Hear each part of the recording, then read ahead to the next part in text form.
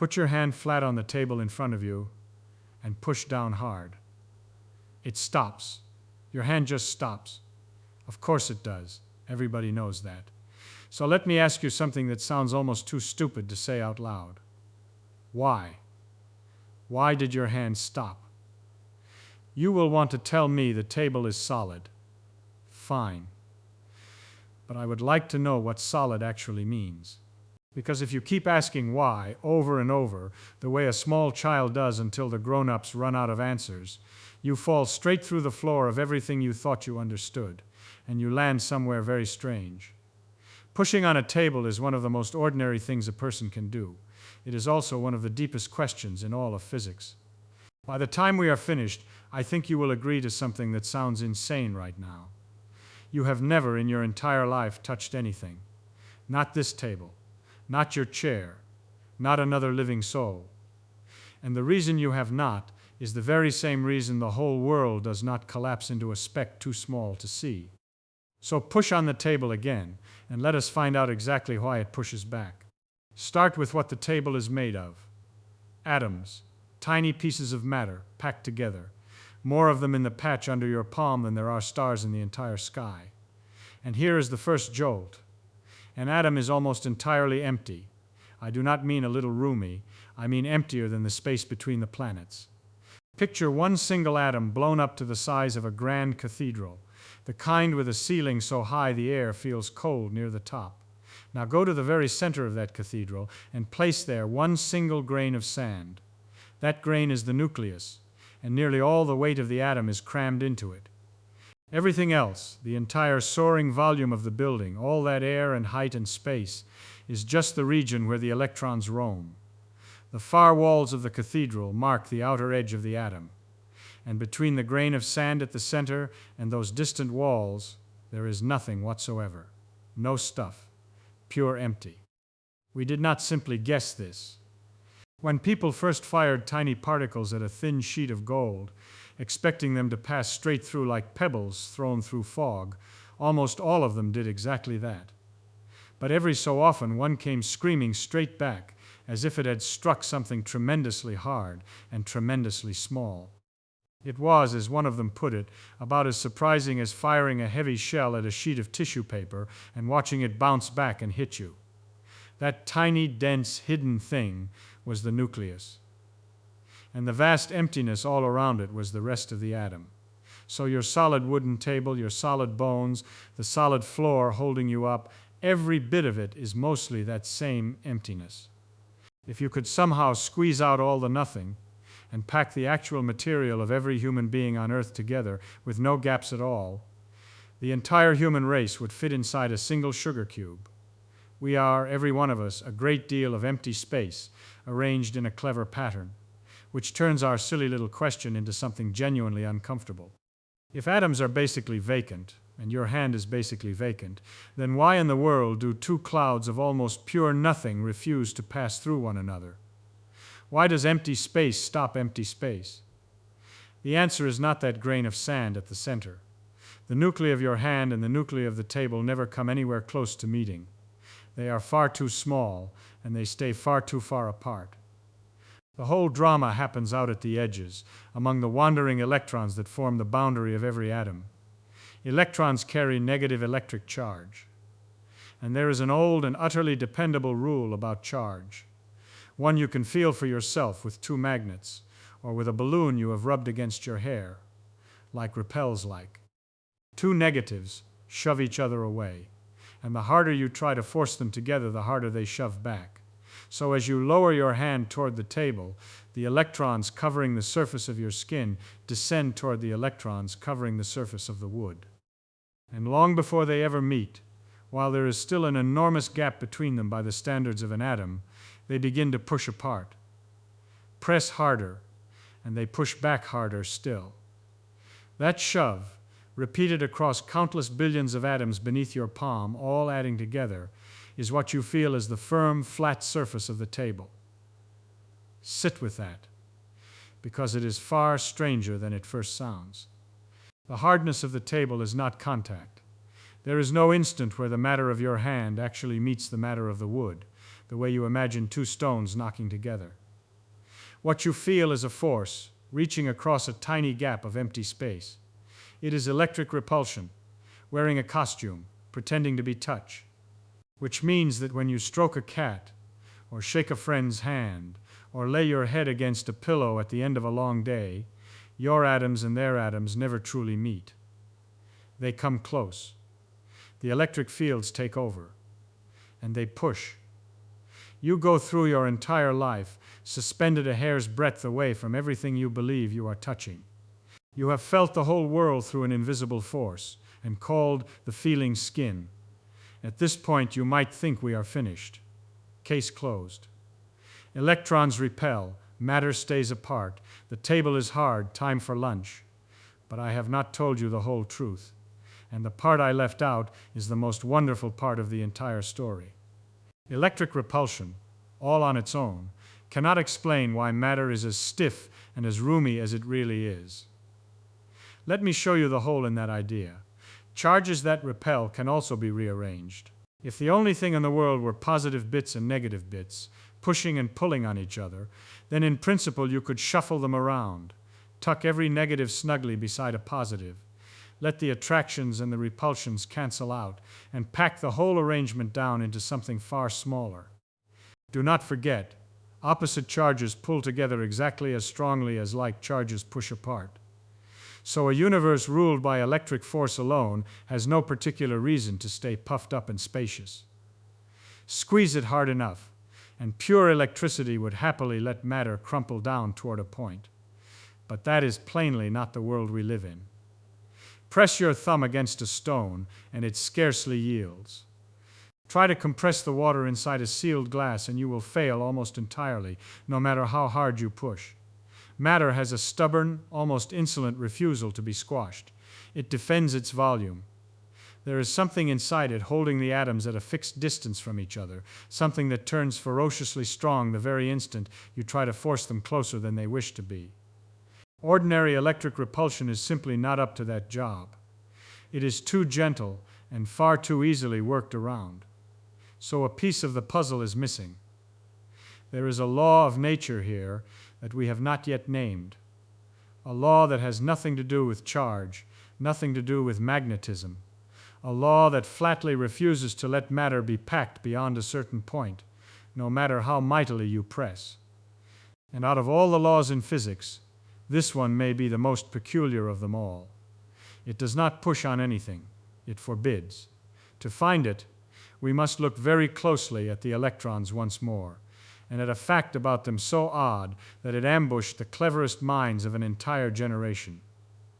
Electrons, it turns out, are profoundly antisocial. Every single one insists on having its own private circumstance, its own particular state of motion and spin and place, and it will not, under any conditions you can devise, share that exact circumstance with another electron of its kind.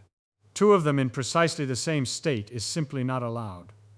Not difficult, not costly, forbidden, written into the deepest grammar of the world. We call this the exclusion principle.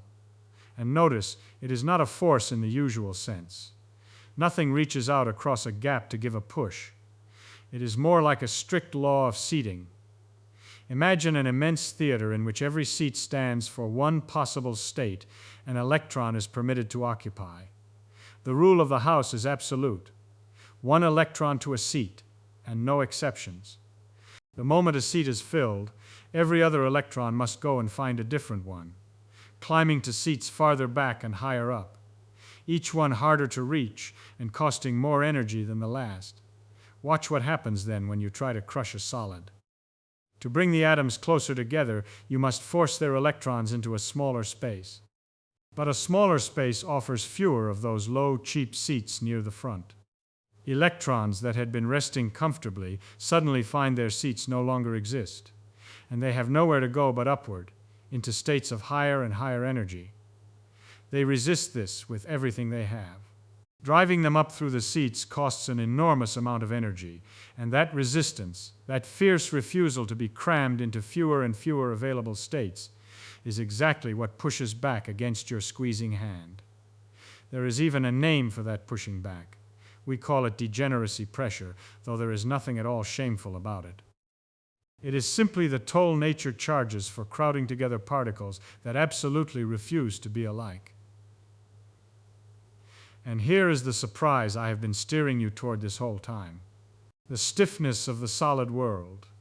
The reason your table guards its thickness, and your bones keep their shape, and a spoonful of ordinary matter cannot be squeezed away into nothing, is not chiefly the electric shoving between charges. It is this refusal. It is the exclusion principle, quietly enforcing its one electron to a seat, holding the inner architecture of every solid thing propped open from within. But propping your table open is only half of what that single rule accomplishes. Think again about the seating. As you build up heavier and heavier atoms, adding more and more electrons to each one, those electrons cannot all crowd down into the single lowest seat together. The exclusion principle flatly forbids it, so they are forced to stack, filling the lowest seats and then climbing into the next layer, and the next, arranging themselves into shells around the nucleus. And it is the precise pattern of that stacking, which seats lie filled and which lie open on the outside edge, that decides how each kind of atom behaves, how it links arms with others, what it will and will not do. That stacking is the reason one element is a shining metal and another is an invisible gas. The reason some things burst into flame and others sit forever inert. The reason there is a rich and varied world of substances at all, rather than one dull sort of stuff repeated everywhere. Strip the exclusion principle away, and every electron would tumble into the same lowest state. Every atom would look essentially identical to every other, and chemistry, color, biology, the whole gorgeous catalog of matter would never have come to be. The very same antisocial streak that stiffens the wood beneath your palm is quietly writing out the entire table of the elements. If you doubt how powerful that refusal can be, lift your eyes to the night sky. When a star like our own sun finally burns through its fuel, there is nothing left to hold it up against its own staggering weight, and gravity begins to crush it inward without mercy. By every expectation, it should collapse without limit. And yet, for an enormous family of dead stars, the fall simply stops. What halts the crushing grip of an entire star's gravity is nothing more than its electrons, refusing to be pressed into the same states. The same antisocial rule that stiffens the table under your hand is, on the grandest scale we know, strong enough to hold up the corpse of a star. Now take that rule away, just for a single heartbeat, in your imagination.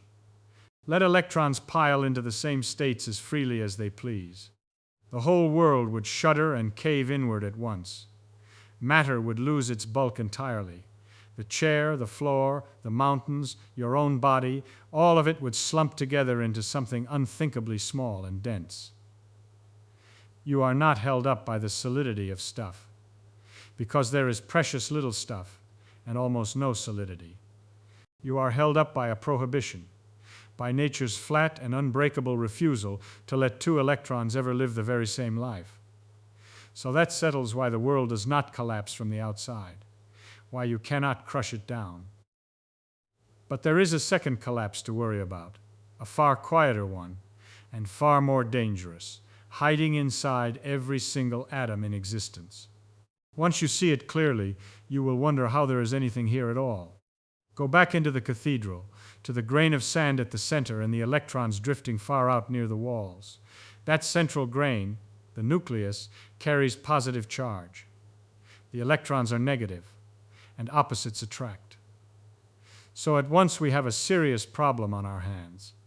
What in the world is stopping those electrons from simply falling straight in? The old answer, the comfortable one, was that the electron must be circling the nucleus, going around and around the way the Earth goes around the sun, forever falling toward it and forever missing, held in an endless orbit by its own motion. For a short while, everyone was content with this picture. A miniature solar system, one tucked inside every atom. It is a charming image. It is also a complete catastrophe, and here is why. When you take an electric charge and send it traveling in a circle, you are accelerating it the entire time, constantly bending the direction of its path. And there is an iron law, understood well before anyone had the faintest idea what an atom looked like, that an accelerating electric charge must radiate. It flings off energy as light, as electromagnetic waves, pouring that energy out into the surrounding space. Every charge that swerves glows. So consider our little orbiting electron. Around it goes, and as it circles, it radiates, and as it radiates, it bleeds away energy it cannot afford to lose. An electron losing energy cannot keep to its orbit. It must spiral inward, faster and tighter with every turn, pouring out light as it winds down toward the center, like water circling the drain of a sink. And this is no slow and stately decline drawn out across the ages. If you actually sit down and calculate it, as the physicists of that day were forced to do, with growing horror, the electron should complete its entire death spiral and smash into the nucleus in about 100 billionth of a second. Let that land for a moment. According to the very finest physics anyone possessed, every atom in the universe should collapse almost the instant it forms. The electron should plunge into the nucleus, the atom should blink out of existence, and all the matter there ever was should vanish in one brief flash of light. No tables, no chairs, no cathedrals, no grains of sand, no stars, no you. The universe, by the rules they trusted with their lives, had no business standing here at all. And yet, here it is, solid as ever. The atom is utterly steady. A single atom of hydrogen has been sitting in the very same calm, contented state for the entire age of the cosmos, showing not the faintest urge to collapse. So those rules were not merely incomplete. They were catastrophically, magnificently wrong about the most basic question a person can ask. Why does the atom not fall in? Something was guarding it, something nobody had ever met before.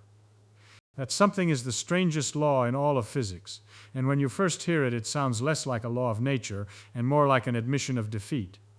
It is called the uncertainty principle, and what it tells us is this: you cannot pin down both where a particle is and how it is moving, both at the same time, both with perfect sharpness. The more tightly you trap a particle into some small region, the more wildly uncertain its motion is forced to become. Fix its position precisely, and its speed flies out of all control. Fix its speed precisely, and its position smears out across the room. Nature simply will not permit both to be sharp together. It is not a limit on our cleverness. It is a feature of the thing itself. People hear that and assume it is just about clumsy instruments, as though we are merely too butterfingered to measure carefully enough. That is not it at all. A particle pinned into a tiny space does not just look like it is jittering about. It genuinely carries a large and unavoidable spread of motion, and no amount of gentleness or skill in the measuring can ever take that away. Bring this to the electron and the nucleus, and watch the whole crisis melt away. Suppose the electron tries to do exactly what the old physics demanded and falls all the way down into the nucleus, squeezing itself into that minuscule grain of sand. To be confined in so tiny a space, by the uncertainty principle, it would be forced to carry a colossal spread of motion. Tremendous speed. And tremendous speed means a tremendous energy of motion. The harder you try to pin the electron into a small space, the more violently it insists on moving, and that violent motion immediately flings it right back out again. The very act of cornering the electron is what hands it the energy to break free of the corner. So inside every atom there is a standoff. Two opposing tendencies, locked together in a perfect and permanent compromise. On the one side, the electric pull of the nucleus, forever trying to draw the electron inward and gather it close. On the other side, this quantum restlessness, which turns ferocious the instant the electron is squeezed too small, forever flinging it back out. Pull it in, and the energy of motion climbs and fights you. Let it drift too far out, and the electric attraction reels it back home. Somewhere between too tight and too loose, the two effects come into exact balance. That balance point, that quiet truce between the pull inward and the push of confinement, is precisely what sets the size of the atom. It is why an atom is the size that it is, no smaller and no larger. An atom is not a hard little ball with a sharp edge. It is a negotiated settlement. The electron spreads itself into a soft humming cloud, settling at just the distance where it can no longer gain anything at all by moving either way, sitting in the very lowest state it is permitted to occupy. And being already in the lowest state allowed to it, it has nowhere lower to fall. There is no further down. With no lower rung to drop to, it cannot keep spilling out energy, and so it cannot spiral in. The collapse that doomed the little solar system never even gets the chance to begin. This is the deepest reason of all, that the world does not fall apart. The very thing that sounds like a flaw in nature, this fuzziness, this stubborn refusal to let a particle sit perfectly still in one exact spot, turns out to be the foundation that holds up every atom of matter there is. The uncertainty principle does not weaken the atom. It is the one and only thing keeping the atom from devouring itself. So look at what we have turned up. Two great secrets, standing guard over a world that by every classical right should not be able to hold itself together for an instant.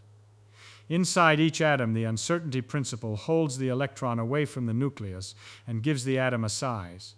It halts the inward plunge, the one that should have made every atom vanish in 100 billionth of a second. That is the first guardian, working at the smallest scale there is. And out among the crowded atoms in all the bulk matter they build between them, the exclusion principle holds the electrons apart, refusing to let them share their states, and gives matter its volume and its stubborn stiffness. It halts the other collapse, the slow crushing that would let solid things be packed down toward a point. That is the second guardian, working at the scale of everything you can see and hold. Two rules. One forbids a particle from ever being too certain. The other forbids two particles from ever being too alike. Neither one is a force you can point at and feel directly. Neither one pushes or pulls in any ordinary sense. They are more like deep declarations of what nature will, and will not, permit to happen. And between just the two of them, they prop up the entire world, the atom and the architecture, the smallest things and the largest. The plain fact that there is something solid standing here at all, instead of a featureless, crushing density, or a flash of light that faded out long ago. Classical physics, for all its enormous power, had this exactly upside down. Left to run on its own rules, the world it so confidently described would have collapsed before it ever drew a breath. Stability, the most ordinary thing imaginable, the one quality of the world we never once think to question, turns out to be among the great gifts of the quantum. The solid ground beneath your feet is not a brute and simple fact. It is an achievement. It is renewed in every atom, in every instant, by laws so strange that we only stumbled upon them within a single human lifetime. So press your hand against the table one last time and feel it push back against you. You understand now what that push truly is. It is not the table being solid, because the table is very nearly empty. It is not your hand meeting the wood, because your hand never reaches it. What you are feeling across that thin gap where the electrons crowd and refuse and resist is the quantum laws of the universe pressing back against your living skin. The exclusion principle, refusing to let the electrons merge into one. The uncertainty principle, holding every atom open from the inside. You are leaning the full weight of your body against the laws of nature, and the laws are holding you up. Everything you have ever called solid is a kind of standing miracle that never once pauses. The chair does not collapse. The mountain does not slump into the sea. Your own body keeps its shape all through the night, atom by atom by atom, refusing to fall inward, held together not by stuff, but by a prohibition, and by a restlessness, by two strange rules that simply say no. The world does not fall apart, and you know now that it never merely held itself together by being solid. It is held, actively, constantly, by the strangest principles we have ever uncovered, working in perfect silence inside every speck of everything that exists, including the hand you are pressing down right now. Here is the thought I would like to leave in your hands, to turn over slowly long after this is done.